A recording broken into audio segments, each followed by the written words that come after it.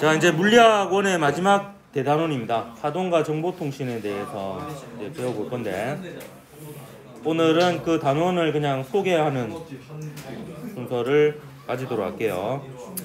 두 개의 중단원으로 이루어져 있습니다. 저기는 떠들고 있고요. 자, 첫 번째 중단원은 파동의 성질과 활용이라고 해서 결국에 파동에 대한 전반적인 내용, 그리고 파동의 특성이라고 볼 수 있는 요 간섭에 대해서 얘기하는 부분이라고 볼 수가 있겠고요. 저는 여전히 떠들고 있고요. 그래서 이제 요 간섭 현상이 일어난다라는 것은 그 물리적 대상이 파동이라고 볼 수 있는 부분이 있는데요. 그럼 그 파동이 무엇이냐에 대해서 뭐 파동을 표현하는 방법, 요 파동이 또 굴절을 하기도 하거든요. 근데 굴절은 또 파동만의 성질이라고 보기는 힘듭니다. 어쨌든 그 파동의 굴절과 그와 관련된 전반사에 대해서 배우는 부분이 되겠고요. 그 문제로 치면 이제 이 부분이 조금 어렵습니다. 전반사 부분이. 그리고 전자기파의 종류 및 활용에서 이 전자기파가 이 단원에 들어와 있는 이유는 이제 빛이 입자냐 파동이냐를 가지고 계속 역사적으로 논란이 와 있었는데 일단 빛이 파동이라고 먼저 밝혀졌었습니다. 그래서 이제 빛의 파동이라고 보고 이제 전자기파의 활용에 대해서 이제 이 단원에 들어가 있다라고 볼 수 있는데, 요 두 번째 중단원에 이르러서는 요 빛이 입자이기도 하다라는 결과가 나와요. 이제 아인슈타인의 광전 효과에 의해서. 그래가지고 그 광전 효과를 설명하는 과정에서 빛은 파동이기도 하지만 때로는 입자처럼 행동하기도 한다라는 거. 그래서 이제 이중성이라고 표현을 하는 겁니다. 그 마지막 마무리가 그럼 파동이라고 생각했던 빛이 입자라고 볼 수 있다라는 것은 우리가 당연히 입자라고 생각했던 대상들도 파동이라고 볼 수 있지 않느냐 해서 입자의 파동성, 즉 좀 더 구체적으로는 전자의 파동성에 대해서 마무리하는 단원이 되겠습니다. 그래서 이 단원은 전반적으로 모든 이제 물리적 실체는 입자로 볼 수도 있고 파동으로 볼 수도 있다라는 결론이 나오게 되는, 그게 이제 양자역학에 있어서 또 중요한 부분이기도 하거든요. 그래서 양자역학의 맛을 살짝 보는 부분이다. 이렇게 보면 되겠습니다. 내용적으로는 굉장히 어렵지만 문제로는 그렇게 어렵지 않은, 너무 어려우니까 어렵게 낼 수 없는 이런 부분이 되겠다라고 보면 되겠습니다. 그래서 이 부분은 이제 시험을 쳐보면 이제 이쯤 되면은 이제 수포자하고 비슷한 상태인 물포자들이 생기기 시작해가지고 아예 그냥 보지 않는 그런 애들이 생기면서 이제 재물포는 좀 옛날 방식이고 재물포보다 더 좀 심한 단계가 있는데요. 그 얘기해 줄까? 어차피 뭐 녹화해서 올려봤자 아무도 안 보니까. 그 재물포는 이제 재물포 뭔지 알지? 재 때문에 물리 포기했다가 이제 재물포고. 그 몰랐어? 그보다 더 심한 단계가 있어요. 물안개와 물방개가 있거든요. 물안개 뭔지 알아? 물안개는 물리 공부 안에 개뭐뭐야. 여기 이제 물안개고. 물방개가 제가 볼 때 최고봉이라고 볼 수 있는데, 물방개 뭔지 맞춰봐. 물방개. 일단 물은 물리겠지. 개는 개 XX가 될 거고.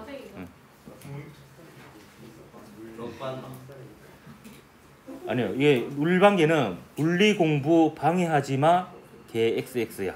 그러니까 오히려 수업을 들을수록 더 헷갈린다고. 오히려 수업이 더 방해되니까 그냥 얘기하지 마세요. 약간 이런. 그게 이제 물리 선생님의 진화 단계 중에서 최종 단계라고 볼 수 있는 끝판대작 물방개가 되겠습니다. 그 재물포 정도는 뭐 아주 그냥 약과다 이렇게. 뭐하다 이래 됐노?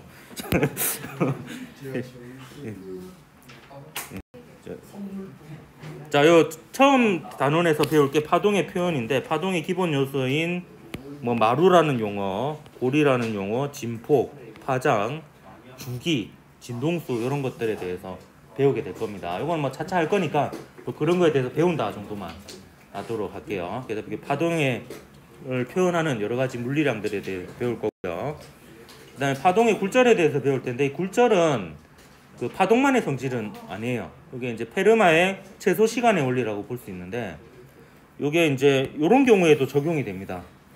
요게 인명구조원이고요. 여기에 바다에 물에 빠진 사람이 있어요. 그래서 여기서 사람이 구하러 가는 경로하고 악어가 얘를 잡아먹으러 가는 경로가 다를 수가 있습니다. 왜냐하면 둘 다 목적은 최단 시간에 얘한테 도달하는 거죠. 근데 인명구조원 같은 경우에서는 달리기가 수영보다 빠르니까 요렇게 가야 돼요. 근데 악어의 입장에서는 여기서 기는 것보다 바다에서 헤엄치는 게 더 빠르니까 요렇게 가야 됩니다. 그래서 이제 파동의 종류에 따라서 두 매질에서 굴절이 되는 양상도 다를 수 있습니다. 그러니까 원리는 가장 시간이 짧은 경로를 택해서 갑니다. 신기하게도. 걔네들이 뭐 계산하고 가진 않을 거 아니야. 근데도 신기하게도 이게 파동은 마치 인지 능력이 있는 것처럼 가장 짧은 시간을 선택해서 가는 이런 특징이 있습니다. 이게 굴절이고요. 그래서 굴절에 약간 좀 더 심화된 현상이 분산이라고 볼 수 있는데, 이 영상인데, 자, 분산은 이제 진공에서의 빛의 속력은 다 똑같은데요. 여기 물질 안에서 여기 이제 뭐 프리즘이라고 불리는 뭐 유리로 된, 보통 플라스틱이나 유리로 된 녀석 안에서는 파동의 속력이 느려집니다. 빛의 속력이. 근데 빛의 속력이 느려지는데 진동수가 큰 빛일수록 속력이 더 많이 느려져서 굴절이 더 많이 일어납니다. 굴절의 원인이 매질에 따른 속력 차이니까 속력 차이가 클수록 굴절이 더 많이 되거든요. 그래서 진동수에 따라서 굴절되는 정도가 달라서 색이 분리되어서 나오게 되는 거예요. 이게 스펙트럼입니다. 스펙트럼. 그래서 요거에 대해서도 조금 배우게 될 거고요. 그래서 빨주노 쪽 파남보 순으로 보라색 쪽이 진동수가 크고 속력이 더 많이 느려져서 더 많이 꺾이게 됩니다. 그래서 굴절에 대해서 배울 거고, 요거하고 이제 관련 있는 전반사에 대해서 배우게 될 겁니다. 그 부분이 이제 문제로서는 아마 이 기말고사에서 가장 어려울 것 같고요. 그다음 마지막 부분에 이제 간섭에 대해서 배우게 되는데, 요 간섭은 여러분이 가장 싫어하는 단어 중에 하나죠. 저도 사춘기 때 많이 얘기했었는데 맨날 그러잖아. 간섭하지 마라, 내가 알아서 할게. 뭐 이렇게 하잖아요. 그 말을 이제 번역하면 나 건드리지 마라, 나는 아무것도 안 할 거니까.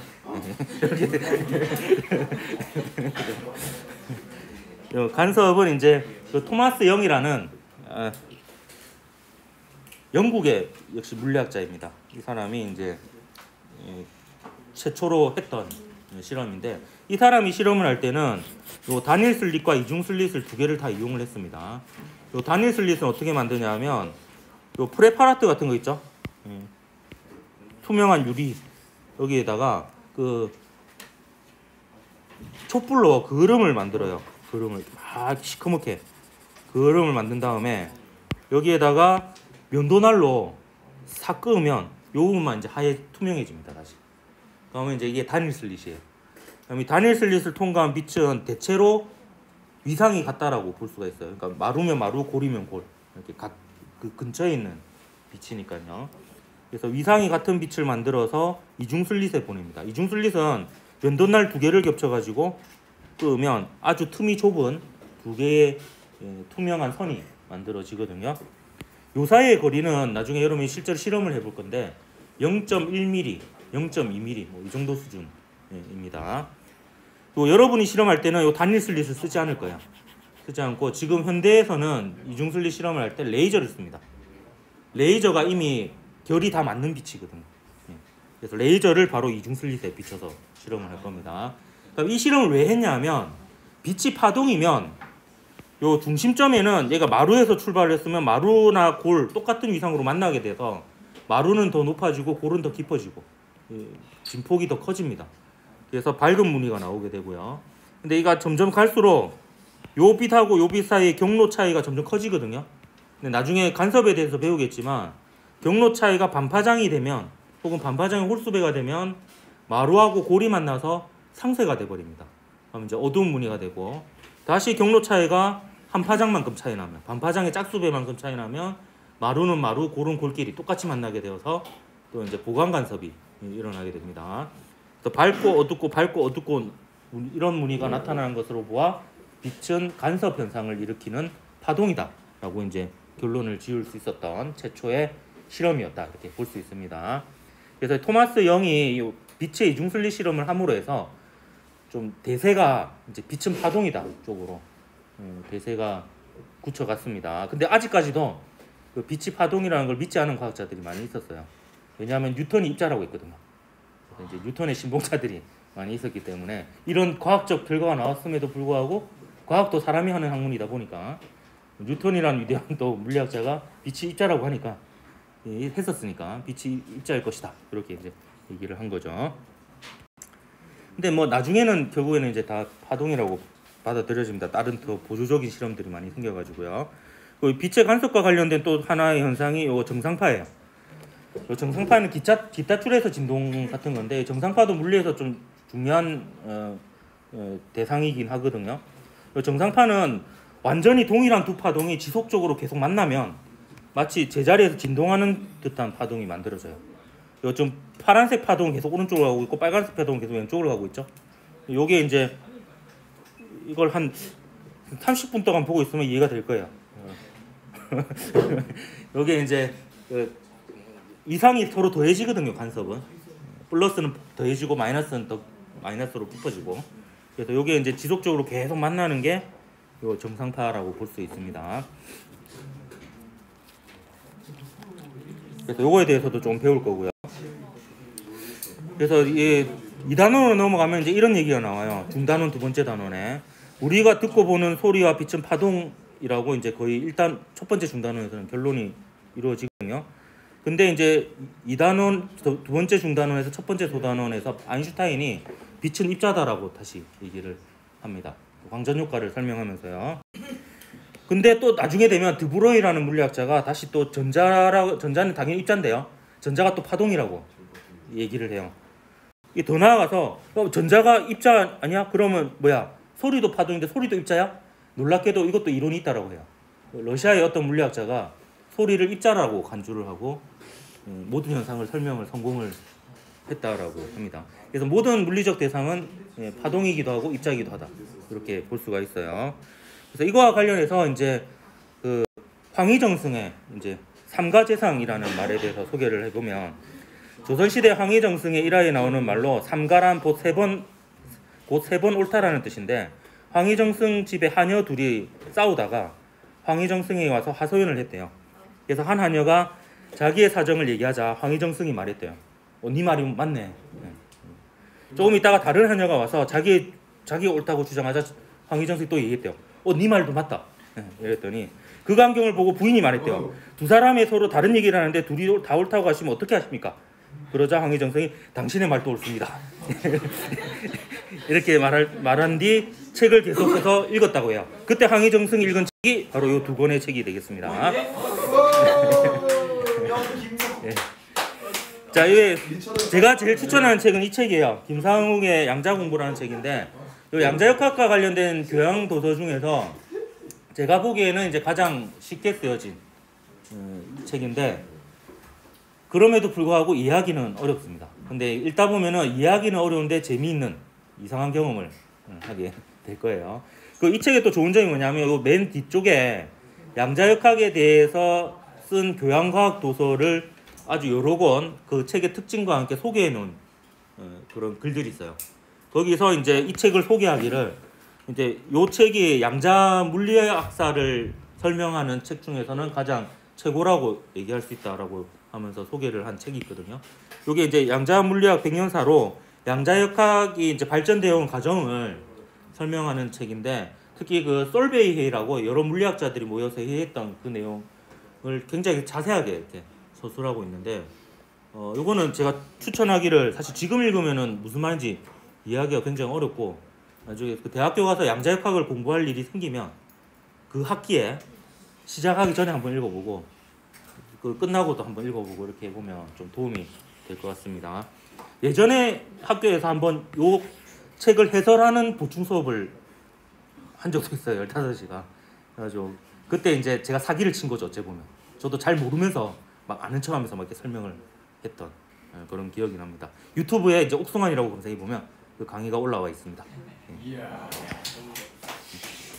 이렇게 해서 이제 요 두 책 시험 기간에 보면 재밌는 책이 되겠습니다.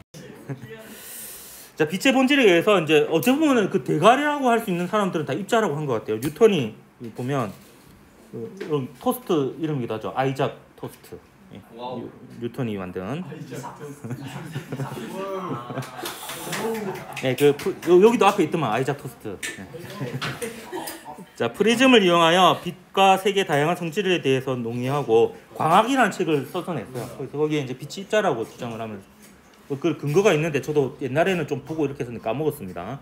어쨌든 이제 입자라고 주장했고요. 동시대의 인물 중에서 하이원스라는 사람이 옛날에는 호이겐스라고 이렇게 했는데요. 그 사람이 이제 굴절, 반사, 복굴절 이런 현상들을 파동으로 설명을 했는데 아까 말한 굴절이나 반사 이런 것들은 다 이제 그 입자도 가능하거든요. 그러니까 약간은 좀 그 근거가 완전히 뭐 100% 타당하지는 않았다고 볼 수 있지만 그래도 좀 더 성공적으로 이런 현상들을 설명을 했어요. 그래서 이제 좀 과학자들마다 생각이 달랐는데요. 아까 얘기했듯이 영이라는 사람이 이중슬립 간서 시험을 하면서 이제 대세는 이제 빛은 파동이라고 이제 넘어왔습니다. 그 이에 맥스웰이라는 사람이 이게 물리학의 4대 천왕 중에 한 명이거든요. 전자기학을 완성한 영국의 또 물리학 영국 사람들이 많네. 맥스웰이 그 이론적으로 전자기파, 그러니까 전기장과 자기장의 진동인 전자기파의 속력이 빛의 속력과 동일하다는 것을 밝혀냈습니다. 그래서 이론적으로 빛은 전자기파다라는 걸 밝혀냈고 그걸 실험적으로 밝힌 사람이 헤르츠예요. 진동수의 단위를 쓰는 헤르츠. 이 사람이 이제 전자기파의 존재를 실험적으로 확인하면서 이미 결론이 나버렸습니다.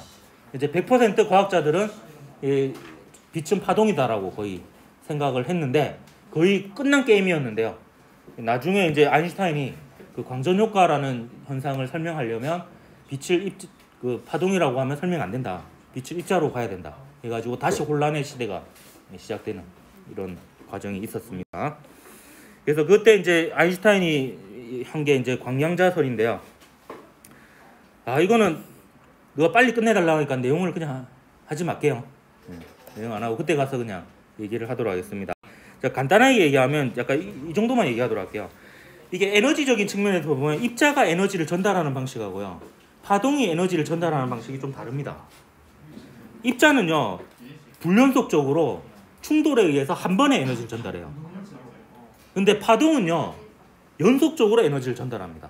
자, 이걸 저는 어떻게 비유하냐면 여러분이 이제는 이 만화를 본 사람이 별로 없을 텐데 그 드래곤볼에 보면 그 손오공이 쓰는 스킬 중에 원기옥이라는 것과 에네르기파라는 게 있어요. 예, 이 원기옥은 뭐냐면 기를 한꺼번에 모아가지고 한 번에 보내는 거예요. 그래서 에너지가 한 번에 전달되는 입자가 에너지를 전달하는 방식이라고 볼 수가 있습니다. 반면에 에네르기파는 이제 그 일본식 발음으로 에너지를 에네르기라고 하거든요. 예. 그래서 이 에너지파인데 이게 결국에 연속적으로 에너지가 전달되는 이게 파동의 에너지를 전달하는 방식이 됩니다. 근데 이때 광전 효과를 보면 광전 효과는 뭐냐면 빛을 비췄을 때 금속에서 전자가 튀어나오는 거거든요. 근데 이 실험 결과를 보면 특정 진동수보다 큰 진동수의 빛은 그 세기와 관계없이 비추는 즉시 전자가 튀어나와요. 이것만 좀 설명을 하도록 할게요. 그럼 얘는요, 이 파동으로 설명이 안 돼요. 왜냐하면 특정 진동수보다 큰 진동수의 빛은 그 세기와 관계없이 즉시 방출된다고 했는데 즉시 방출된다는 것 자체부터 일단 설명이 안 됩니다. 왜냐하면 얘가 어째 보면 그 결합 에너지 이상의 이온화 에너지 이상의 에너지를 얻어야지 결합으로부터 끊기고 전자가 튀어나오는데 파동이 전달하는 방식으로 에너지를 전달하게 되면 얘가 100이라는 에너지가 필요하다. 그러면 1, 2, 3, 4, 5, 6, 7, 8, 9, 10, 100 이렇게 해가지고 이게 채우는데 시간이 걸려요. 게이지가 차는데. 그러니까 아무리 해도 약간의 시간 차이는 있어야 돼요. 그러니까 에너지를 축적할 시간이 필요한데 즉시 방출된다는 것은 이처럼 입자가 에너지를 전달하는 방식으로 100 이상의 에너지를 한 번에 전달하면 바로 이제 방출되는 게 설명이 됩니다. 특정 진동수 이상의 빛에 뭐 반응한다 이런 것도 나중에 설명을 하도록 할게요. 그래서 이거는 이제 빛이 입자여지만 설명이 가능한 부분이 있어가지고 아인슈타인이 이제 빛은 입자다라고 얘기를 합니다. 그래서 이 아인슈타인은 이제 뭐 이거는 뭐 특허노에 이거는 아까 그 책에 나오는 내용인데요. 두 번째 줄만 설명할게요.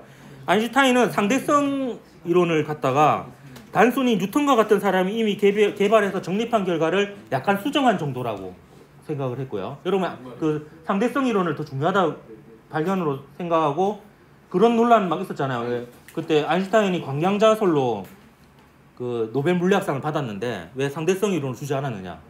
그래가지고 상대성 이론이 그때까지만 해도 실용적인지 알 수 없었기 때문에 뭐 그렇다 이런 논란이 있지만 사실 아인슈타인 자기 자신은 상대성 이론보다도 요 광량자의 개념을 더 높게 쳤습니다.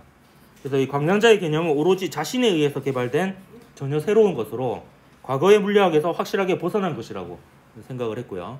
아까 소개한 그 양자혁명 그 양자물리학 백년사 그 책을 봐도 그 아인슈타인은요 그 상대성 이론에 대해서 고민한 시간보다 양자역학에서 고민한 시간이 훨씬 더 많았습니다. 거의 한 1대9 정도. 그래서 알려지기로는 상대성 이론으로 더 알려졌지만 사실 양자역학에 대한 고민을 평생 더 많이 하고 연구를 더 많이 했던 그런 사람입니다. 그래서 이 드브로이는 아까 얘기했지만 이제 만약 빛 파동이 입자처럼 행동할 수 있다면 전자와 같이 우리가 입자라고 생각했던 파동도 그 입자라고 생각했던 녀석도 파동처럼 볼 수 있지 않을까. 그래서 이제 물질파 이론을 냈고요. 이게 나중에 실험적으로도 다 증명이 됩니다. 그래서 영의 이중슬립 간섭 실험을 이제 전자로 입자로 하게 돼요. 그래서 입자로 하는데 이것도 나중에 그 김상우의 양자공부 보면 이 실험에 대해서 자세하게 설명이 되어 있거든요. 이게 이중슬립 실험을 하는데요. 이중슬립 실험을 진공이 아닌 상태로 해가지고 다른 입자하고 상호작용이 되어서 우주의 입장에서는 얘가 이 길을 통과하는지 이 길을 통과하는지 아는 상태가 되면 입자처럼 행동을 하고요. 그래서 두 개의 줄이 나오고, 근데 얘를 이제 완벽한 진공 상태로 만들어서 전자가 여기를 통과하는지 여기를 통과하는지 모르는 상태에서 실험을 하면, 그러면 신기하게도 전자는 50%는 여기를 통과하고 50%는 여기를 통과하는 상태가 돼버려요. 우리가 상식적으로 이해가 안 되죠. 그래서 그게 이제 그 전자는 파동으로 볼 수 있고 그 파동의 실체는 그냥 수학적 확률로서의 파동이다, 이렇게 이상한 설명을 합니다. 그래서 그렇게 하면서 이제 얘를 진짜 완벽한 진공에서 하면 마치 파동처럼 간섭 무늬를 보이게 됩니다. 그래서 이게 지금 어느 정도까지 갔냐면 이런 축구공 모양 있죠, 플로렌도 성공했고요. 그보다 훨씬 무거운 분자도 성공을 했어요. 그래서 이제 간섭 회절 무늬를 확인해가지고 입자도 파동임을 확인을 했습니다. 이게 양자역학에 이해하는데 굉장히 중요하고 핵심적인 실험 내용이어서 요에 대해서 자세히 알고 싶으면 김상우의 양자공부 책을 보면은 좀 자세하게 설명이 되어 있습니다. 그래서 아인슈타인도 양자역학을 이해를 못했어요. 그래가지고 아인슈타인이 위안을 삼았던 말이 있대요. 요 사람이 이제 했던 말인데, 진실에 대한 열망은 진실에 대한 확실한 소유보다 더 소중하다. 그래가지고 자기도 진실을 모르지만 이거를 이제 추구하는 그거 자체가 소중하다, 이런 이야기를 했고요. 그 다음에 이거 수업 준비할 당시에 오징어 게임이 유행했거든요. 그래서 오징어 게임의 마지막에 이제 이거 스폰데 맞죠? 다 봤지 이제? 그래서 마지막에 어떤 사람이 등장인물 중에 한 명이 자네 돈이 하나도 없는 사람과 돈이 너무 많은 사람의 공통점이 뭔 줄 아나? 해가지고 사는 게 재미가 없다는 거야. 그래가지고 이제 이 게임을 기획했다라고 이렇게 얘기를 하는데, 저는 이 말을 약간 패러디해가지고 이렇게 얘기를, 자네 아는 게 하나도 없는 사람과 아는 게 너무 많은 사람의 공통점이 뭔지 아나? 사는 게 너무 재밌다는 거야. 실제로 바보는 즐겁거든요. 그래서 이제 극과 극은 통한다라고. 아예 모르는 것도 즐겁지만 사실 아는 게 많으면 많을수록 아는 것을 추구하는 과정이, 사실 그 지적 호기심을 추구하고 알아가는 과정이 인간이 느낄 수 있는 가장 최상의 그 뭐라고 해야지? 뭐 욕구? 뭐 어쩌면 동물하고 차이가 있는. 물론 이제 호기심은 침팬지도 있다고 하는데 수준이 좀 다르죠. 우리는 우주를 머릿속에 담고 있잖아요. 침팬지는 그러지는 않거든요. 그렇기 때문에 이제 돈을 많이 벌기는 힘들지만 책을 읽기는 쉽거든. 그래서 이쪽으로 이제 행복을 추구하는 것도 하나의 방법이지 않을까. 저는 뭐 돈 많이 버는 건 포기하고 이쪽으로 방향을 잡고 있습니다. 이렇게 해서 이제 3단원 또 재밌게 해봅시다. 재밌을란가 모르겠지만 오늘 여기까지 하고 싶시다.